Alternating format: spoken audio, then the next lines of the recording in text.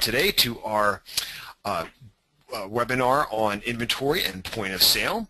Today we'll be discussing the inventory module along with the associated point of sale system that's available only in the Design Manager Professional. The inventory system consists of the inventory purchasing, the point of sale module, along with the inventory asset account itself. Design Manager Professional comes pre-configured with account number 1700 as the inventory asset account, and as we can see, I've purposely not input any activity into the inventory account for this year so we can monitor how we affect its balance as we go through our demonstration and webinar today. But if you have a particular account that you would like to be designated as your inventory account, you can do so by going under your General Ledger, Company Information, and on your Other Accounts tab, you can see where you can designate any account that is an asset as your inventory account. Here we go. Now, in brief, the inventory module allows you to create, update, and manage all of the merchandise your company is currently maintaining to resell to your clients in the future. Inventory can be allocated or committed to existing design projects, or if you have the optional showroom module, quotes and orders as well. Inventory can be sold through the point of sale system if you have a storefront and accommodate walk-in clientele. You also have the ability to create inventory purchase orders for merchandise you consistently sell and restock. You can maintain inventory over a number of physical warehouse locations. You can print inventory labels, including a unique barcode for scanning, and a whole wide variety of other functions as well. The purchasing of inventory can also be done through Design Manager, of course, and we'll go over several methods to do so as well. That's a lot to cover. So let's get started with the inventory stock item glossary itself, as we're first going to focus on managing your inventory, and then we'll switch over to discuss selling it to your clients. The inventory stock item glossary window lists all of your active inventory items, and it really represents the core interface of the inventory management. Now, you might choose to designate certain items in your inventory as inactive over time. You're no longer selling them, or you've run out of that particular item and choose not to restock it, or what have you. And if you wanted to see the inactive inventory items, you could do so with the Show Inactive option along the bottom toolbar. Notice as we scroll through our various items, our picture control in the bottom right shows the pictures that I have associated with these various inventory items. All of the columns listed along the top really represent the most commonly utilized attributes that describe each of our inventory items, and we will review each one of those very shortly. Of course, you can sort and search for particular inventory items. For example, it comes up defaulted sorted in ascending stock number order, in other words, from A to Z. If I click the stock number again, you see my arrows switch to the left. I'm now in the order of Z to A, and I can do that for any of the columns that I desire, even their description. And if I'm looking for a particular stock number and I know its beginning few characters, such as the pendant lamps, I can just start typing pendant and jump right down there.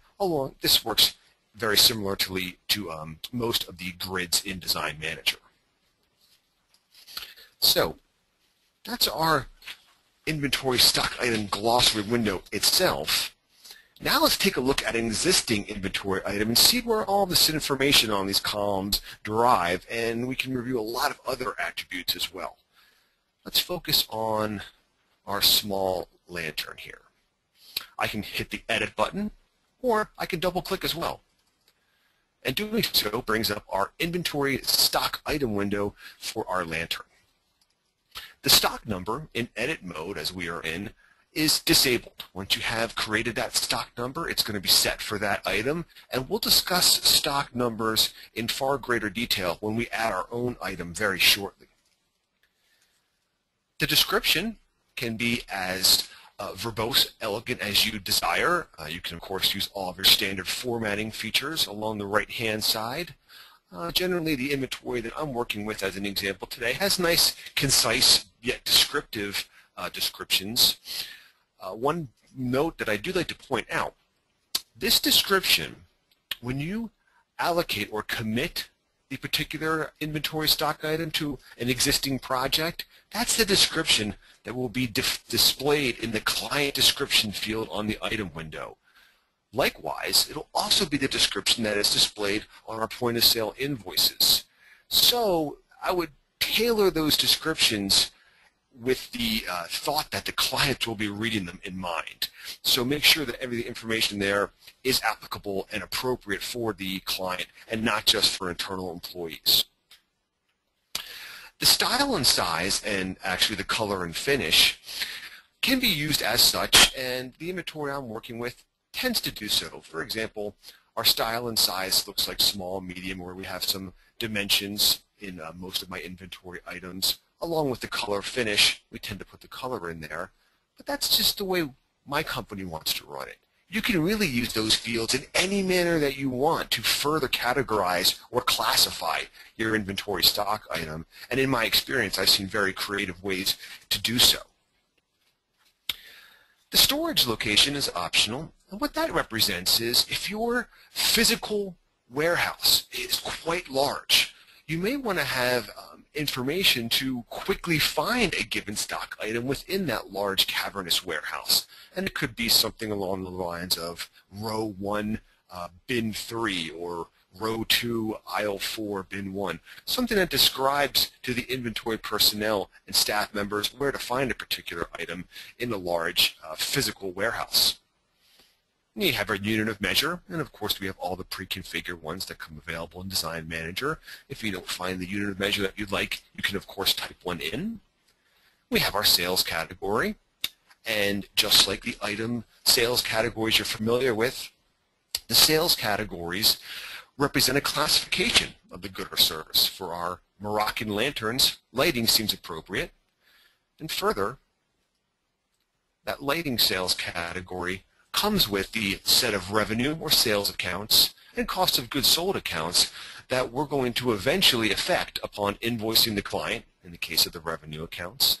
And when we move out of inventory, we'll also be affecting the appropriate cost of goods sold account. So the sales category on the inventory item works exactly like it does on your more traditional project items.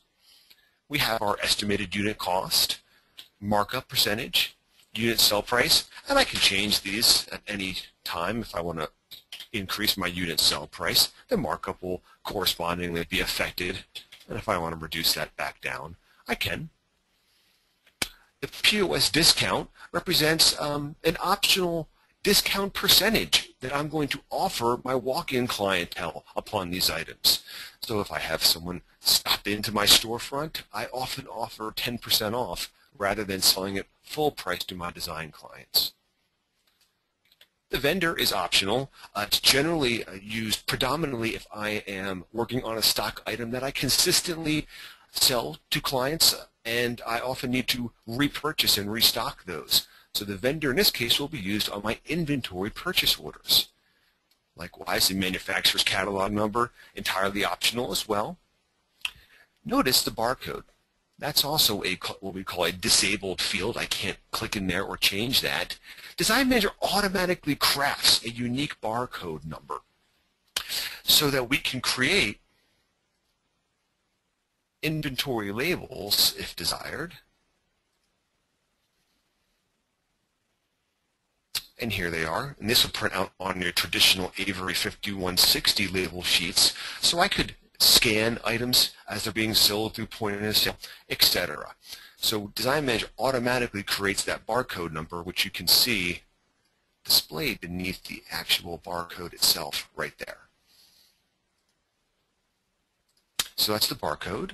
Point of sale side mark, again, totally optional, only used if you're going to be, again, purchasing a particular item through the inventory purchasing system.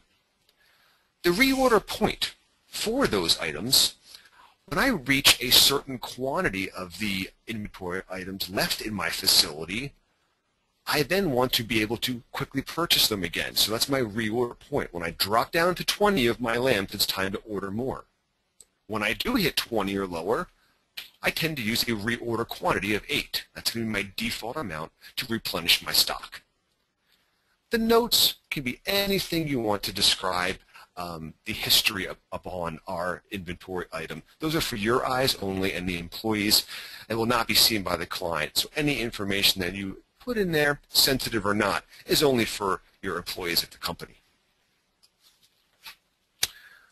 Now, let's take a look at the next tab, the Status/Adjustment tab. This shows us all of the relevant quantities, costs, transactions that affect these quantities and costs for our reference upon this item. And there's a lot of important information here. First, let's look at the totals in the top left. We have our on-hand quantity. That is, how many of these lamps do we physically have in our possession? We have 11. Out of those 11, how many have we actually paid for from the vendor? It's a separate quantity called a paid for quantity. In this case, it is also 11. The committed quantity. Out of those 11, how many have I already previously allocated to a project or projects? And currently I have 2. On order, do I have any of the lamps on purchase orders that I have not yet received? The unit average cost and total cost go hand in hand. The total cost is all of these lamps are an asset to my company in the total of $340.28. I take the total cost divided by my paid for quantity, not my on-hand quantity, to calculate my unit average cost. On the right-hand side, if I am fortunate enough to have 2 physical warehouse locations, in this case of my Vita Nova designs I do, where are these on-hand quantities allocated? So in my main showroom of Vita Nova designs, I have 7 of them, and I've ordered 2 that I expect to come into that facility. My 312 North Green warehouse, which is just down the road but is not an actual storefront, it's just my storage location, I have 4 more. So the total of the on-hand and committeds match our item totals as well. Let's take a look down at the adjustments and transactions grid. This shows us a perfect history of all of the effects we've already had upon this particular lantern item. And they sort of ascend over time. For example, first one at the bottom is a purchase order that we created to order 15. We then received 10 out of the 15. We then got a bill for 10 and another bill for 5 more. We received the remaining 5, so now we have our entire 15 paid for and received. I sold 2 lamps in 2 separate occasions. I committed an additional 2 to a project, and then I actually took 4 out of my Vita Nova design storefront and put them over in the 312 warehouse. So I can tell these types, as listed in this column, exactly what happened with this item. And all of this information can also be retrieved from the stock item inquiry report for our lantern. So we can see the same information in a report form. Now, obviously our lantern has had lots of activity over time. So let's go ahead and add an item for ourselves to use in our examples today. Let's imagine that I went out and I knew Restoration Warehouse had this wonderful Ming-style table that was going on sale. And I wanted to purchase it knowing that it would be perfect for one of my clients down the road, or I could even put it into my storefront to sell to one of my clients. So let's add this as a new inventory item and observe how all this information interrelates. One note: before entering all your stock items into Design Manager, it is imperative that a stock number coding system is devised. Our example is a very simple inventory. so I can have a very simple stock item scheme as well. But if the inventory is gigantic, a much more complex system of stock numbers need to be employed. The stock number can be up to 20 characters and can be created to consist of the vendor code, manufacturer's catalog number, the type of merchandise like chair, artwork, etc., or any combination of unique characteristics. It's important that the scheme is used consistently throughout the company, and it should be created so that the stock number is intuitive so you can find the merchandise quickly. So before everyone starts entering in stock items in a willy-nilly manner, sit down as a company and create the stock item schematic, because it will be very, very useful as time goes on. And lastly, about stock numbers, you cannot use the number 1 through the number 99,999,999. Design Manager takes all of those numbers and uses them in our barcode system, because just like the stock number, the barcode is a unique number for each item as well. So let's go ahead and add our own. Click the Add button, and we're going to add our Ming style table that we got from Restoration Hardware, and we purchased that on our American Express card. So on our new inventory stock item window, all of our fields are blank except for 2, the markup percentage and the point of sale discount percentage. These can be configured to default on our company information inventory tab, and there they are. So I know generally I like to mark my inventory up by 50%, and I might give a 10% discount for my walk-in clientele, but of course that can be changed on every item individually. Since my inventory is quite small, again, I can use a very simple stock number, and we'll do something along the lines of just table. Our description would be Ming style 17th century table.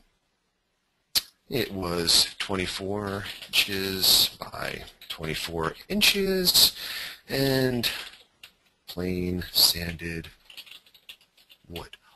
All the information we're entering here is optional except for the stock number and the description. And every company is going to come to a natural balance on how much information they want to put in to properly describing the items. We can use a unit measure of each. We'll take furniture as our sales category. And I know I've already purchased the Ming table. I know that I spent $395 on it. I'm going to enter that into my unit cost.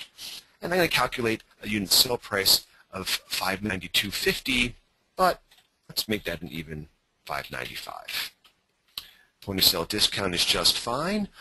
I don't need to enter the vendor as I won't be purchasing this again, but I like to put that in there just for my own benefit in case I do want to find the table again from Restoration Hardware. If it's entered, I can do so. I could put in the catalog number if provided, and I have one. So I can track it down from Restoration's site.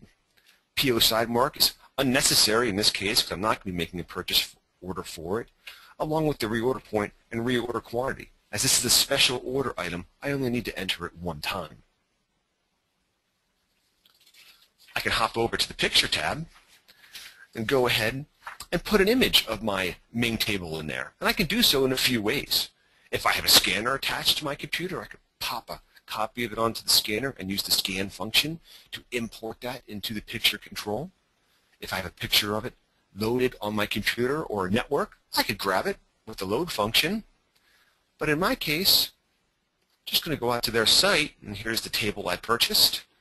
Right-click, copy image, back to Design Manager, and I'm going to use the Paste Image from Clipboard feature.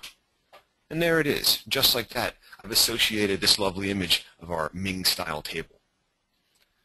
So now we've entered all of the qualitative attributes of our table. Now it's time to start entering some of the quantitative information, such as how many do I have, what was the cost, etc. And this all goes through the Status Adjustment tab. And I'm going to input this information by creating an adjustment using the plus sign, which in Design Manager always indicates to add. That brings us to our inventory adjustment window. This allows us to manipulate the amounts we have on hand, cost, warehouse allocations, those sort of things, to properly indicate in Design Manager the status of our inventory items. So I purchased one of the Ming tables. So I have on-hand quantity of 1. The paid for, out of the quantity on hand, how many I paid for? Well, I certainly know that I put it on my American Express card, so that is also a 1. The committed on order adjustments are not necessary. My cost certainly is. I paid exactly $395. I don't need to worry about the projects. But the warehouse, where am I going to be physically locating our table? And I'm going to put that right into my main showroom at Vita Nova Designs. Transaction descriptions are entirely optional in Design Manager. But as I've said in many of these webinars, I highly recommend them, as they can always give a snapshot or at least a brief phrase of what we are doing at a certain time, particularly when I'm trying to review information I might have put in months before. This could certainly be something as simple as purchase of Ming table. The adjustment date defaults to today, and that's just fine for me. So I'm entering this information into Design Manager to tell, hey, what is the status? How many of these tables have I purchased, and what was the cost? I'd like to point out right here that by creating this inventory adjustment, I am not affecting the inventory account. I'm simply telling Design Manager what is the status of the inventory item itself. I will need to hit that inventory account to reflect the cost, but by making an inventory adjustment, I am not affecting the general ledger account. Click OK, and there we go. Here's our first transaction type adjustment because we manually entered it. We put an on-hand quantity of 1, a paid-for quantity of 1, and a cost of $395. And that's reflected in our totals region and even the warehouse breakdown as well. Click OK, and bam, there is our Ming table and our lovely pictures associated in the bottom right corner. So you can get inventory items in very, very rapidly. And this is just one example of me going out to a particular vendor, purchasing items that I know I'll be able to resell to an existing client or a walk-in client down the road, and entering it into Design Manager. But now, let's get back to that question of affecting that inventory asset account so I can show that I'm increasing my inventory and also putting it on my American Express account. But before we do so, I can pause for any questions that might be out there. Liz, do we have any? Brad, we do not have any questions at this time. Okay, then I'm going to keep going. Now I can record the purchase of this table in one of several ways. I can make a purchase order for the item and record a vendor invoice against that inventory PO, which really does provide the most detailed record of the purchase, but also has an unnecessary step of making a PO that I don't really need. I can make a journal entry to manually increase the inventory account while correspondingly increasing the balance on my American Express account, which has the least amount of information regarding the purchase of the table. I can also enter an operating expense, which is sort of a compromise between the two, and that's the method that I'm going to use. Let's go ahead and do so. Making the operating expense goes under Accounts Payable, Vendor Invoices, just like any purchase or deposit we might enter. And it allows me to automatically update my inventory and American Express accounts without putting in additional receiving information, but I don't really need that in our example. So this is the method I think we should go with. So if we click Add here, we go to Expense. I'm going to pay with my American Express. The vendor was Restoration Hardware. This is great that I'll have a record that I paid restoration. I don't have an invoice number, but I could put in the product number. Let's just say I use that on today's date. Transaction description, of course. Restoration Hardware, Ming table, purchase, Now I need to enter the account distributions. I do so by clicking the Add button and get to the vendor invoice distribution. And like all operating expenses, we have a fundamental question to be answered here. What account am I affecting? Well, very simply, I'm going to affect my inventory account. I'm purchasing into inventory. So I can do a search and grab my inventory 17,000 account and input my $395. I click OK. I can see I'll be hitting my inventory account. My offset, or my method of payment, will be my American Express account. Click OK. I could print a journal if necessary. I could post. There's my operating expense. And we can see I'm affecting my inventory account, debiting it or increasing it. And I'm also crediting my American Express account by increasing that liability. If we look back at our inventory account, on our balance window, we can see here in month 6, we've increased our inventory by $395. I have increased that inventory asset by $395. So now I very easily have input the inventory items so I can use it through Design Manager, and I've already made my purchase as well. So I've handled both sides of the inventory coin. Now, another method of inventory management would be for inventory items that I repeatedly sell and restock. And for these items, I can create inventory purchase orders in a manner very similar to creating project-specific POs. So let's replenish our stock on our small lanterns, for example. In this case, we go to Inventory, Purchase Orders, and Receiving. The Inventory Purchase Order window, by default, lists all of my open inventory purchase orders.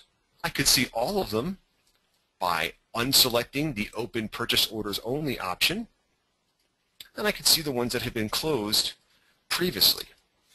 Now, unlike project purchase orders, where you can determine how you want a project purchase order to be automatically closed, and you can do so by either recording the vendor invoice, receiving all the goods in full, or both of those criteria, inventory purchase orders are automatically closed upon both receiving the vendor invoice and recording all of the items on the purchase order as received. So you can't determine that closed method yourself. Design Manager will automatically do that upon satisfying both of those conditions. Let's go back to just our open POs. And of course we see our purchase order number, which is automatically created by Design Manager starting at 10,000 and incrementing one by one over time. We have the PO date, open status, vendor, vendor name, shipping location, PO amount, notes, deposit information, acknowledgement, balance due, and even actual vendor invoices paid in the case of our closed items, closed purchase orders as well. So very, very similar to your project purchase order window. Let's go ahead and make a new PO to replenish our small lanterns. Down on our Add button brings up our new inventory purchase order window. And I can manually add the inventory item for our lanterns by clicking the plus sign and selecting our lanterns. Notice that Design Manager automatically fills in an 8 for me here. Why does it fill in an 8? Because my reorder quantity on my lanterns is 8. So it's trying to make my purchasing as fast as possible for me. I could also, however, use a very handy feature in the inventory purchasing, and that is the Select by Reorder point.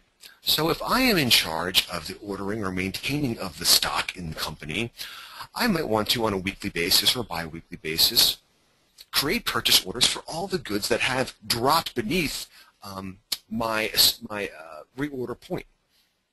All I have to do is click OK, and Design Manager will automatically go out, find all the items that have an on-hand quantity less than their reorder point, and will include them for easy purchasing.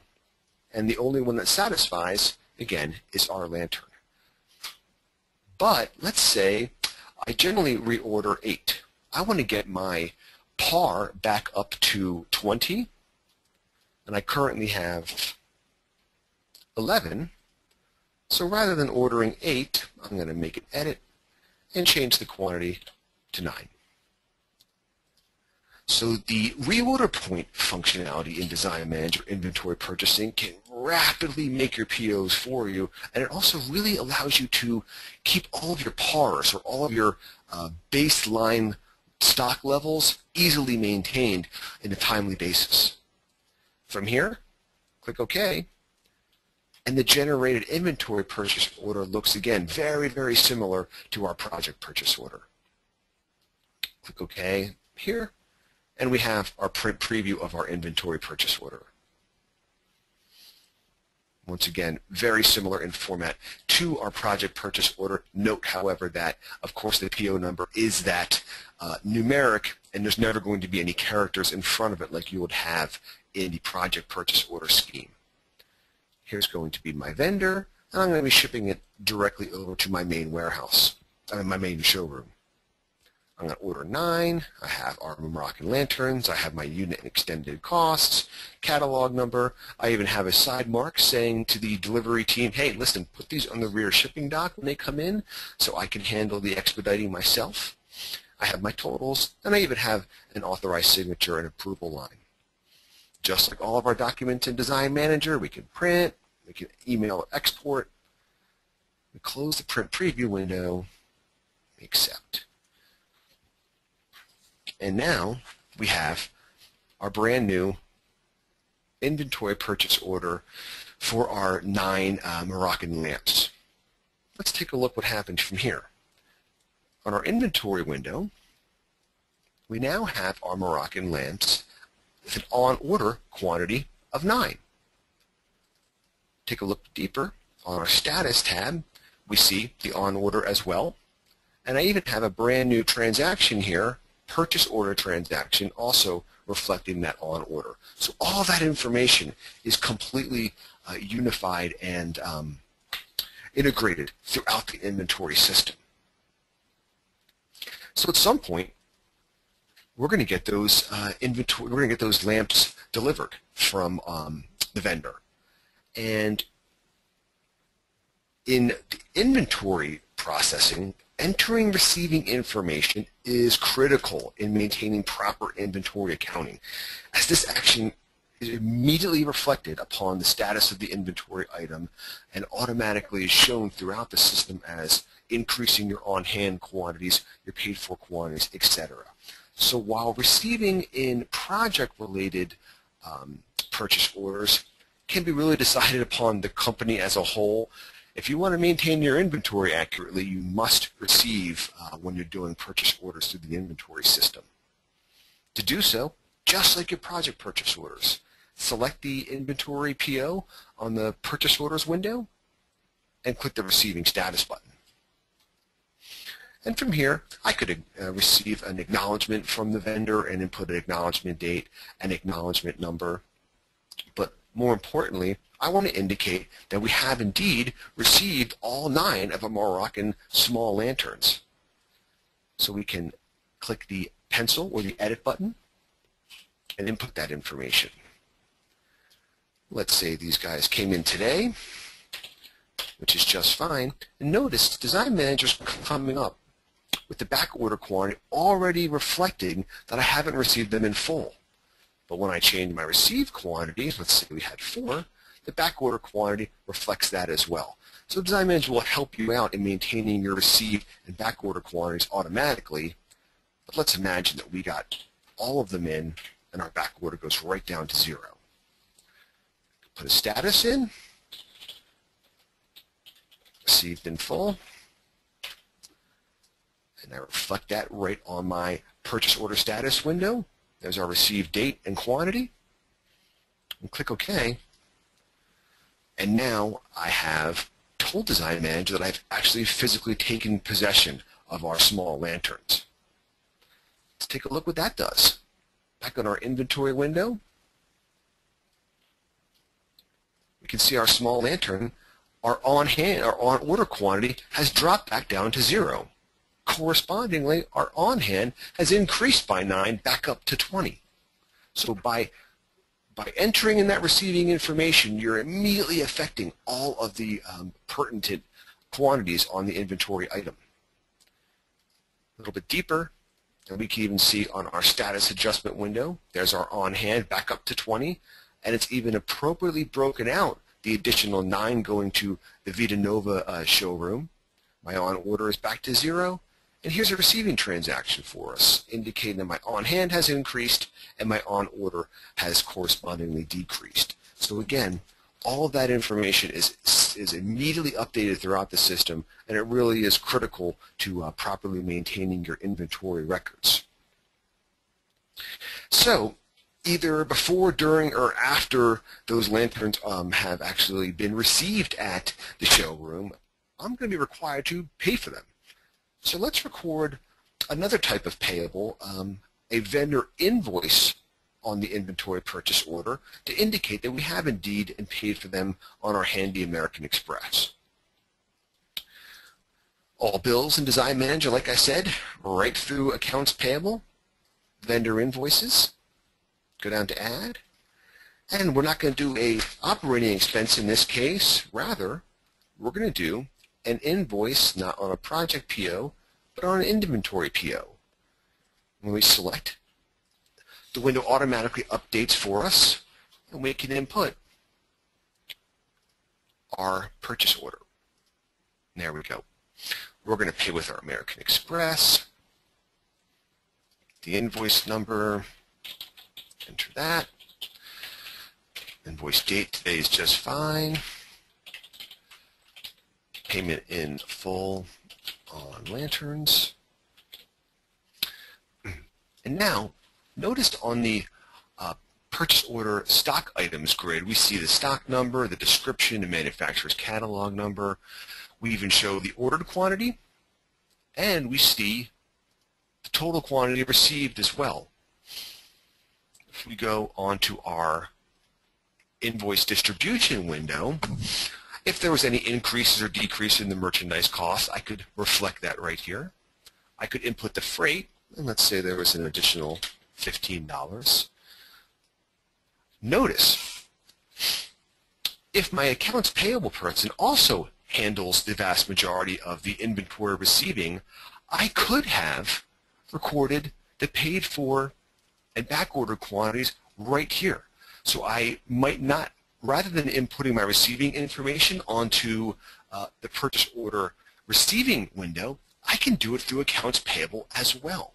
So the same person might be doing a similar function, and to speed up that, that function, you can enter all the receiving information here as well. So we're going to pay for all 9 of them. Again, I have no back ordered. Click OK. We're going to increase our total from 225 to 240 to reflect our freight. Click OK. Go ahead and post.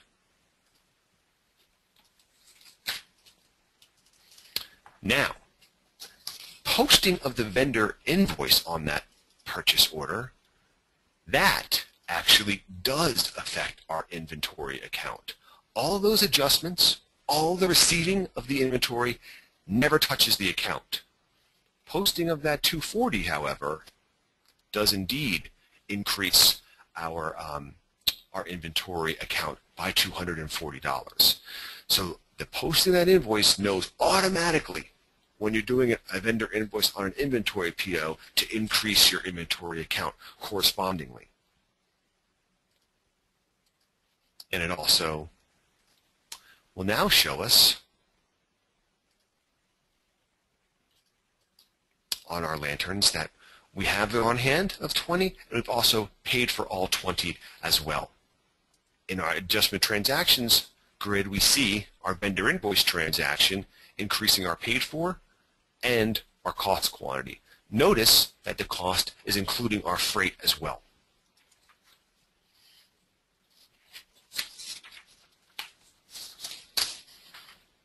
So, Design Manager, for those of you who do have a storefront or have inventory that you sell repeatedly and it constantly needs restocking over time, the purchasing system through Design Manager is a wonderful, wonderful tool to manage all of that information, create your purchase orders, record the bills against them, and it gives you a very streamlined mechanism to receive those goods as well.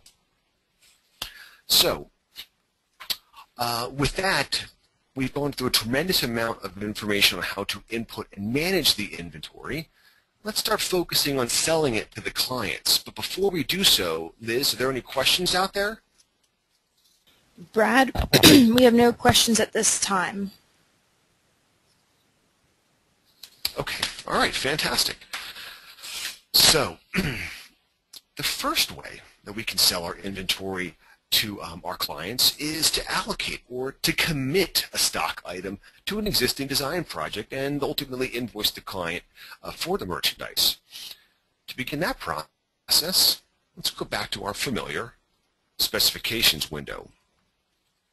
And let's use the Carter's Brigantine Beach project as our example. We can see we have lots of stuff on an existing proposal that's in the need to order phase. But let's say that we have shown them examples of a few of our inventory accessories and they want to include that in their design project. Very simple to do so.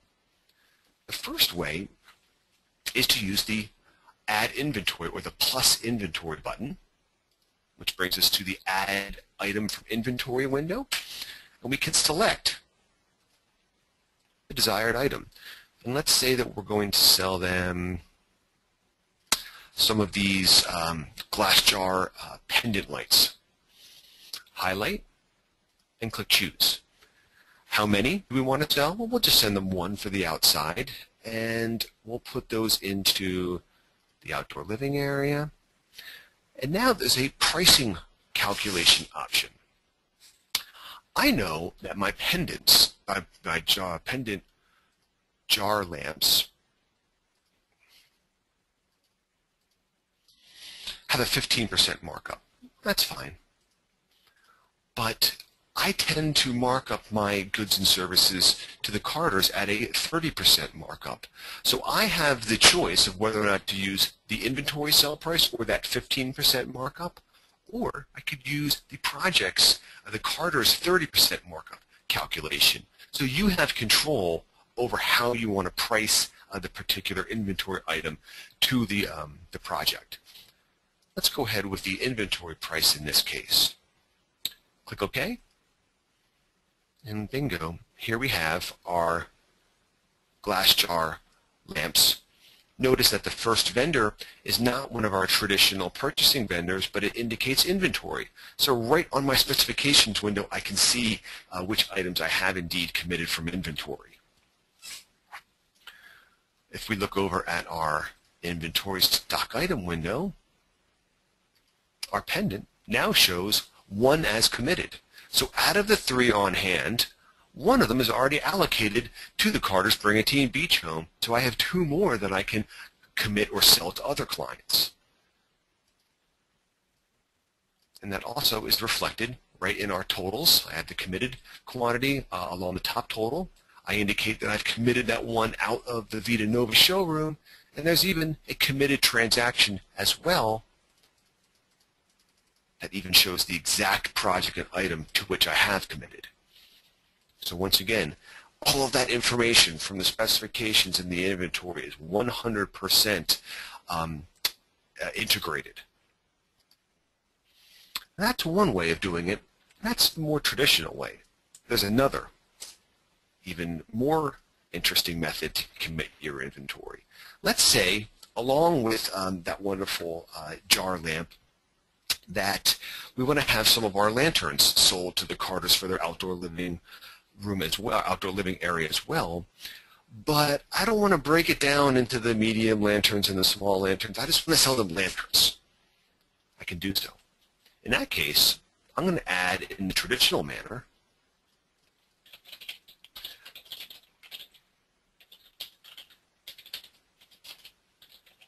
okay, and we'll put in the desired location. I'm going to do a quantity of 1 set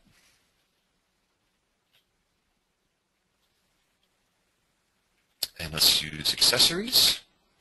Now, I can also commit inventory items as components or pieces of an existing item. Watch. If we click our Add button, I also have a From Inventory button right on the component itself. And by clicking, I can now select Lantern 1, which is our familiar small lanterns, and let's sell 2 of those to the Carters. And let's do another set of the medium lanterns, and we'll do 2 of those as well. So now I'm crafting a single lanterns for outdoor living area for the Carters while I'm bringing together various pieces of inventory, all of it being totaled for the Carters as a single entry on the invoice. So you have 2 ways of committing inventory items to a given project, just by using your Add from Inventory on your specifications window, or you can do it through the component window itself. Either one of those work identical. So, just like that, we've got some of our inventory already allocated to the Carters beach home. Now, we just need to sell it to them. So if we go over to our invoicing under accounts receivable, client invoicing, let's go ahead and add an invoice to the Carters. Let's drop down, and now we just need to, let's say, invoice them for the glass jar light fixture. We can put our transaction description in, select our glass jar light fixture, and invoice away. Here it is on our posting list. Print.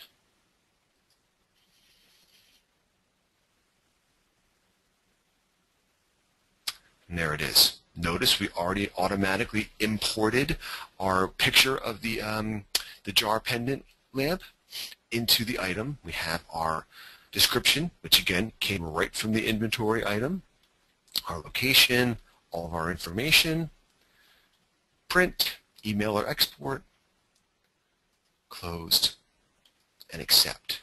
Now, what does that do? Just like the vendor invoice on the inventory purchase order, invoicing the client also automatically affects my inventory account. If we take a look at our balance now, we drop down from our 675 down to 516.60 to represent the fact that we have removed the cost out of inventory and have affected the appropriate lighting cost of goods sold account all at once. And if we look at our inventory glossary on our pendant lighting, we see that our on hand has decreased by 1. It went from 3 to 2 because, well, the Carters have it now. In our stats adjustment, again, we see our on hand has gone down both in our totals and our warehouse quantities, and our sale transaction, which is the sale to the client, we reduced the on hand, reduce the paid for, we reduce the commit or alleviate the committed quantity, and we reduce the cost as well because the inventory, I no longer have the lamp. So my inventory cost goes down both on the inventory item itself and the account. And we can even see more information exactly to which client we sold it, what invoice, etc. So once again, this is just another representation of how the inventory is truly a fundamentally integrated system into Design Manager. Okay, last phase of our inventory and purchase, inventory and point of sale discussion today, and that is indeed the point of sale system. Now, for those of you who do have a storefront operation, and you will sell it to clients that in a retail setting, we can use our point of sale system to handle all those transactions. There is a little initial configuration needed to utilize a point-of-sale system, beginning most predominantly with the employee or salespersons themselves. So if we take a look at our glossaries, employee salespeople, let's take a look at Miss Ashley Brandon. And on the employee salesperson window, the tab that we're concerned with is the POS showroom tab. And there's just a few features here that we need to discuss, two of which are critical. First, we have the allow receipt invoice date change. By default, that's going to be unchecked. If it is checked, it'll allow the user or the employee to change the date to which they're posting the point of sale invoice. Now, generally, you don't want that to happen. You want to reflect that a particular piece was sold on a given day. But for employees with more advanced responsibilities, they might want to record sales that happened late Saturday, and they're going back and back entering them on Sunday morning or something along those lines. Correspondingly, you have your allow manual items and price edits option. Again, that's defaulted to not being checked. If it is checked, the employee could change the price to which they're selling the customer on the point of sale window. Again, that would only be applicable for those employees with more advanced responsibilities in the company. The commission percentage is entirely optional. If the employee gets a commission percentage of their sales as part of their benefit package, it will be entered here, so you can monitor that on the accounts receivable commission report. More importantly, are the default showroom and default sales tax code. The default showroom, where is Ashley going to be selling her point of sale transactions? In other words, what storefront does she work out of, and what warehouse should be correspondingly reduced upon her sales? And in this case, Ashley works directly in the Vita Nova showroom. Likewise, well, what taxing rate should she have? So if I have a multitude of stores with that might be in various states or even parishes or counties, and this tax coding is different, I want to make sure that wherever Ashley is at her station, that it's taxed appropriately. So once this is configured, we can now go to our AR point of sale. The point of sale login is looking for the employee code, and this will be actually Ashley's code, B-R-A-N-D, brand. It is grayed out with the classic asterisk so other people can't see her code, so those should be maintained secretly. I have the date. Notice I can't change that, and I click OK, and I'm validated and brought into the point of sale invoice window. And I really think the point of sale window is pretty intuitive, and it flows rather nicely. First, I could sell to existing clients. For example, if the Carters were already at the showroom and they saw some pieces that they liked, I could sell directly to them on one of their Pennington or Brigantine Beach home or even their New York apartment.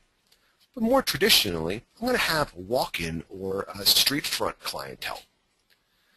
So by the walk-in option, if the client is a return customer, I can use my search option and look up, for example, say Miss Horton came in, I could, boom, pop up all of her information.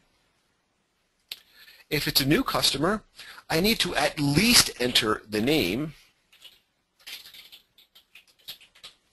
John Smith, but I tend to always require also the phone number, maybe even the email and address if desired. The more information you have, the more information that you can utilize on your Rolodex for your point-of-sale clients. You might want to send out a mailing for Christmas cards, or you might want to send out a notification via email of a sale for Memorial Day, etc. So if you have that information collected during your walk-in process, you can utilize it very strategically for the company. But let's use Miss Horton in our case. Now, once we have entered the information appropriately for the client, click the next button or just hit the enter key, and we hop to the window where we actually are selling the particular merchandise. Now, If I have used my barcode labels and Miss Horton brought up a lantern or what have you, I could just scan it with my scanner and it would pop immediately onto my grid.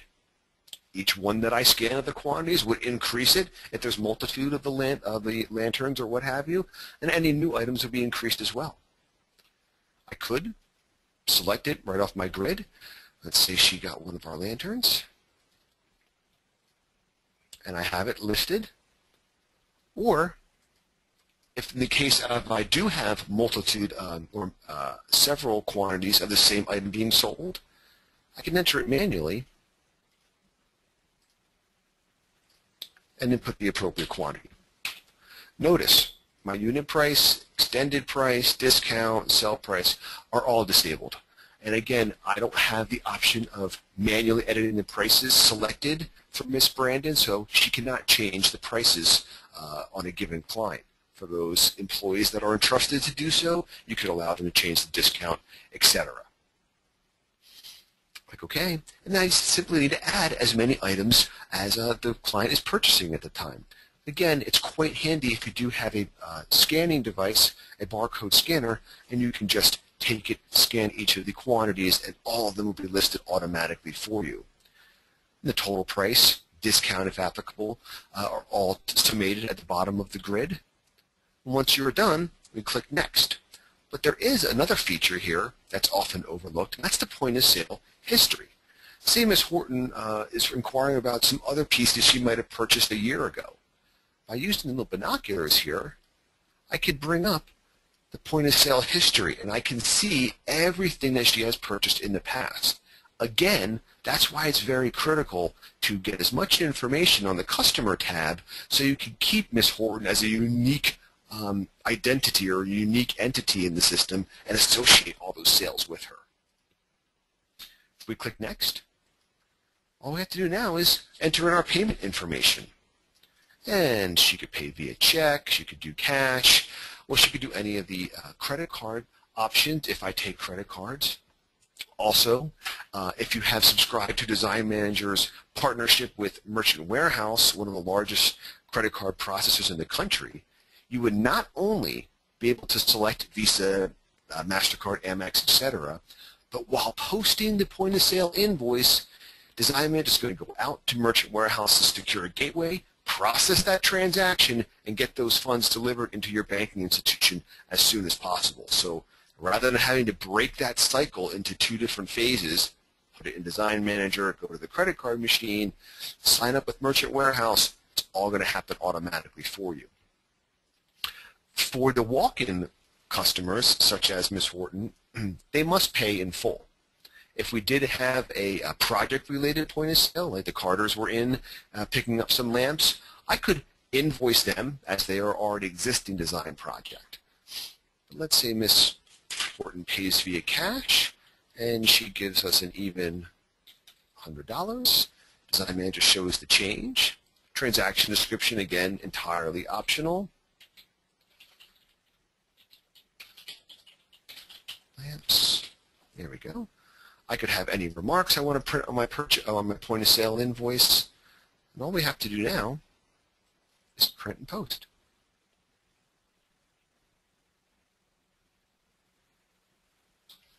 Here's our invoice. It even shows our 10% discount savings there, has the stock number, Ms. Horton's address, all of our tax information, our cash, our balance due. We close. Unlike our classic client invoices for our design projects, there is no accept or reject. Once the point of sale invoice has gotten to this point, it's official. And now it is displayed not only under our client invoices existing tab, there it is with the specialized bracket, POS bracket project code, so we can immediately see point of sale invoices, even the payment, transaction description. It's also listed as a cash receipt. And there's our $99.23 coming in cash. So the point of sale system I find very intuitive, very easy to use for smaller scale retail operations. Would you be able to run your Gap, clothing store through this? No, it's not configured for that type of volume. It's more small scale, hands-on, client-friendly transactions, and it provides a wonderful interface to do so. And that brings us right about to our hour allotted time today. And I'd like to throw it out to see if there's any questions that are yet unanswered, Liz, on our inventory and point of sale. Brad, we do have a good question. And that question is, if cleaning up a long outdated inventory, what process do you recommend? Excellent question. And I will give the short answer because the long one, we'd be here for another hour.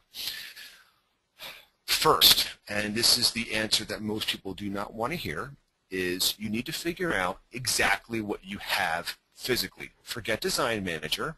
What you want to do is see what is actually in your facility. There is a report under Inventory Reports called the Physical Count Report. You can utilize this report to begin the process.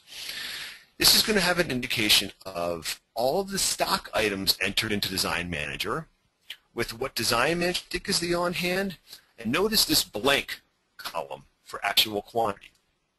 You would print this out, and someone in the company would go through and actually count to see what is there, fill in the appropriate amounts. Note any items that are in the facility that are not on your physical count report, those type of actions. So that's the first step, is to see, hey, what do we really have?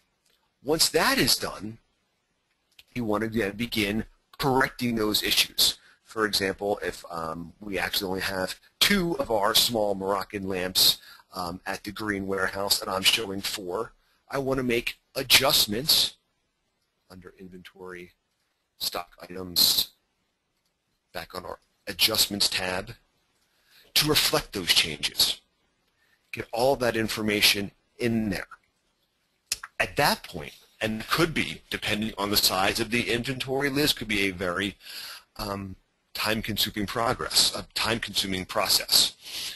But once Design Manager's inventory list, as shown